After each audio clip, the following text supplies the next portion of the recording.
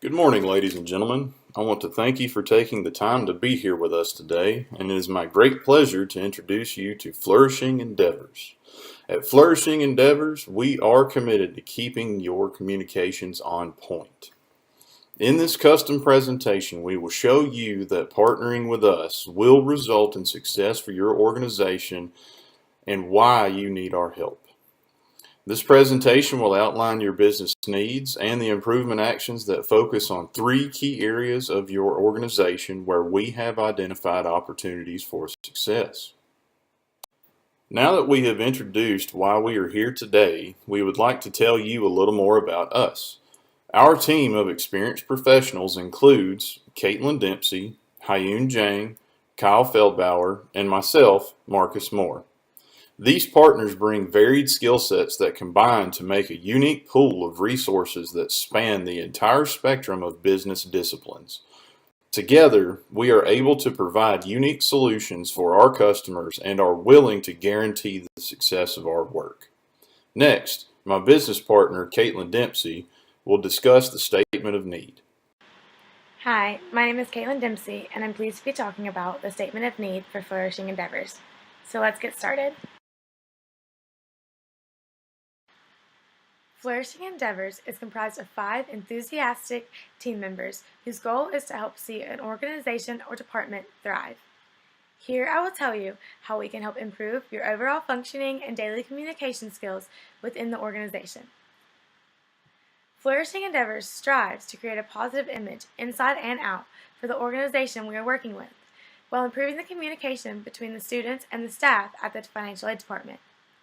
Students tend to communicate with the financial aid department on an as-needed basis, talking only when problems occur.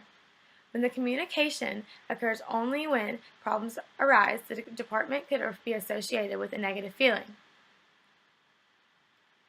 We can give the department many different strategies to help increase positive image. A few ways you could increase student involvement with the department would be by holding events that students would want to participate in. Also, by creating constant email strands between students and the staff at the financial aid department and sending out emails on a daily basis or a weekly basis, it'll make the students feel more comfortable with emailing the financial aid department in the future if they have any questions. The graph on the next slide consists of the results we've had with the past 3 clients. As you can see, each client has had almost a 50% increase in their performance. Here's the graph I was telling you about on the slide before. After hearing a quick summary of our statement of need, Hyun and Kyle will be following me to discuss the internal and external communications of our company, Flourishing Endeavors. Thank you for your time. Alright, hello everyone. My name is Hyun Jang. And as Kaylin mentioned about the statement of need, I'm going to talk about the importance of the internal communication and also different ways and methods to improve, and as well as comparison in the slides of the internal communication. And why considering Flourishing Endeavors? That is because our team expands to the financial aid department to explain and display the best communication method to create the best result. As well as we bring the multiple evidence to our work of what we do by bringing the statistics such as graphs and charts to raise the accuracy of our work. And as you see, we divided our methods into 3 different ways. As first, primary as emails, the second as face-to-face meetings, and lastly, the phone calls. Just to briefly explain these 3 ways, the emails are considered as primary tools that most students and most people that would utilize as a quick and fast responses. However, face-to-face meeting gives much more accurate and throughout responses from the staffs of our financial aid department.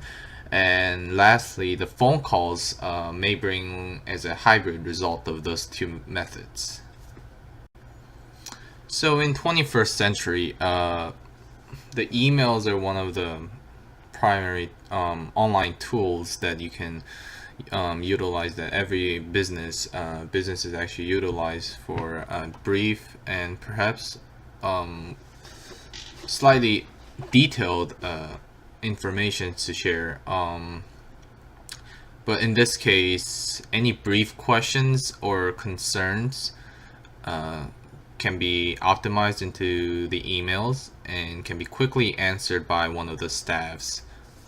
Now, when we talked about the emails are very useful in the terms to ask a brief question, attach an informational files that the staff must see it in order to verify a lot of things. However, in the phone calls, it's definitely much more direct, and whether from the staff or from the students, and because you can hear somebody else's voice, which shares a lot of much more effective communication in general. Now, lastly, the face-to-face meetings are usually the most finalized state, where the emails are already sent and received. The phone calls already shared and have talked through one of the staffs. Now, face-to-face meetings, now it's finalized state where the students can actually set and talk details with the files and trying to be all set with their meetings in general. The following graph and chart explains the difference between the UWG Financial Aid Department with the UGA Financial Aid Department in a way that currently UGA Department leads. However, correct utilization of communication method possibly and significantly increases the UWG Financial Aid Department's the growth. We are highly confident of our work that we can bring the best consequence of prior to our experience. There are far more communication methods to explain other than the internal communication, in which I would like to present Kyle to explain the external communication. And thank you for watching the internal communication slides.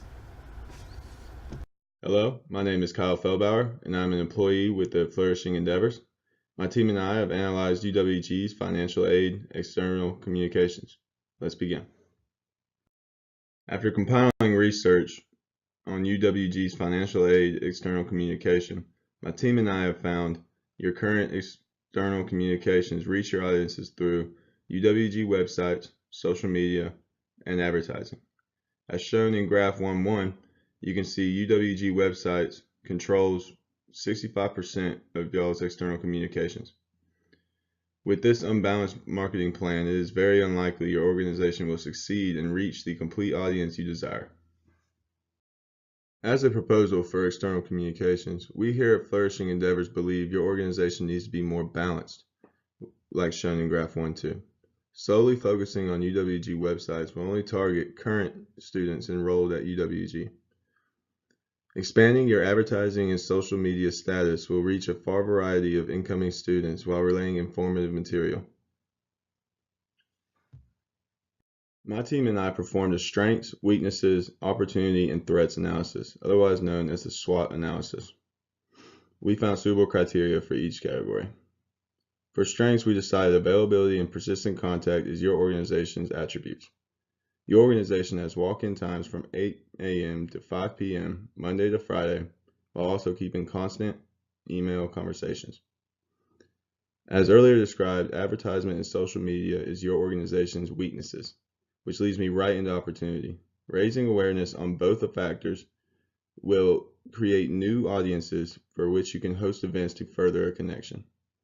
There is only one threat, and that is credibility in your office. Losing trust and confidence in your office will develop a spread of bad mouth between students, which will ultimately convince them to find other options. Lastly, we hope with our guidance we can improve your overall success for your organization. Next, I would like to reintroduce Marcus for recommendations. We have 6 recommendations across 3 categories that will improve how your department communicates and is perceived at street level. The first category is department image improvement. Here, our focus is on the external image of the department as seen from street level. Our first recommendation in this area is to create a department slogan. This should be a short phrase that can be readily communicated and identified to be associated with the department. A good idea would be to frame it like a tweet using 140 characters or less, but please do not include any emojis or hashtags. The second recommendation we'd like to make in this area is to personalize email communications.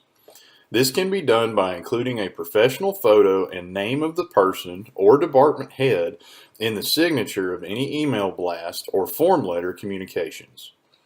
This reminds the recipient that they are communicating with a human and not a robot or otherwise faceless entity. The second category we focused on is increased external communication. In this area, we concentrated on the volume of external communications. Our first recommendation in this category is to send weekly email blasts about different financial aid topics. This can include hooks like, "Did you know that you can receive money from," then name an obscure financial aid grant, followed by a brief explanation on how to apply for that grant. These messages should not focus only on obscure topics, but should also include reminders of common information like where and how to submit a FAFSA application. The second recommendation here is to proactively contact applicants to offer them additional information and assistance with their application. It is our understanding that presently these communications generally happen on an as-needed basis. By including one or two unsolicited communications during the application process, it would show an interest in the applicant by the department above a transactional level. The third and final category we focused on is increased student involvement. In this, we concentrated on the activities the department does to engage with students outside of the office. Our first recommendation in this area is to host student events or gatherings to improve student awareness of the organization and its communication with the students. These events do not need to be specifically related to financial aid topics. They can include a lemonade stand in the spring or hot chocolate stand in the fall. The recommendation is not limited to social gatherings. Events and gatherings can also be specific to financial aid. One example would be to host a forum on the FAFSA where students and parents are welcome to attend and ask questions about the application process. The second recommendation in this area is to survey incoming freshmen and transfer students about financial aid and the counseling services the department offers. This survey would work in two ways: by informing the students of financial aid services and also informing the department of areas that it can focus communications to improve student involvement and awareness. Next, we will briefly recap to conclude. In conclusion, we at Flourishing Endeavors are confident that partnering with us will significantly affect your department in several positive ways.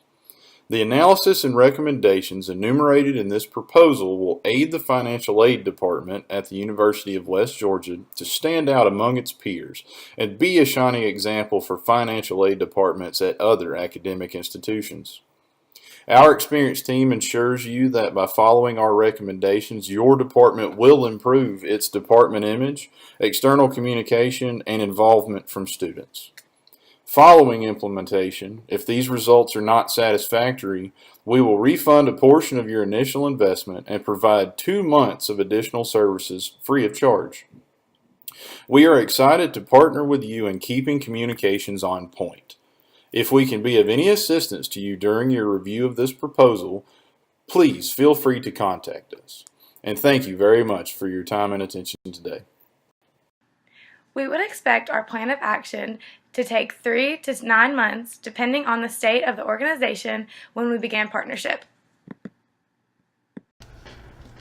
And lastly, we can ask how long after the implementation will follow-up assessment be completed to determine the outcomes of it. The answer of this question highly varies from when and how the financial aid department utilizes our method. However, we can approximately give minimum time of a year to a maximum of 3 years to possibly notice a physical impact and outcomes of it.